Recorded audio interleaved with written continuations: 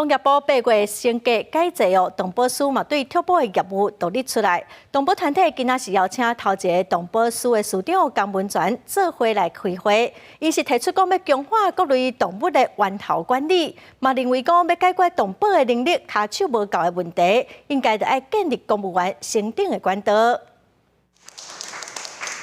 送琉璃精品予头一任的农业部动保司长，期待司长的能力愈强，责任愈大。继续甲动保团体为动物来拍拼。农业部8月份揭牌，动保司为拓保业务当中独立出来。动保团体13邀请司长参加座谈，期待动保局赶紧拟定动物保护10年计划。不同的动物，然后这些不同的动物的议题，展演动物、经济动物议题等等，有什么大家可以更加去做的事情。台湾各地政府的动保处很多单位的自我定位呢，大家都知道就是猫狗保护处。那由于人力物力不足，连猫狗都管理不完啦。那当然很难再有余裕去管理其他动物，这是现况。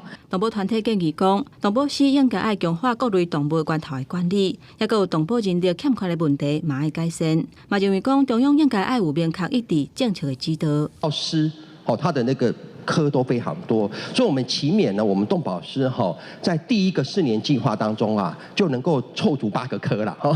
就是说，如果要等到10年后8个科，那我们动物福利是蛮堪忧的。中央成立了动保司，那地方其实有很多农业县，他防疫跟那个办动保的同仁是互相竞合啦，因为人力有限，所以我们应该也会。我们内部长官们也有讲，我们应该要协助地方。动保司回应讲，中央会协助地方落实动保的工作，嘛强调讲，动保司进前是动保科，确实处理狗仔猫仔的业务较济，未来会向更较济动物源头的管理落实分级管理。记者综合报道。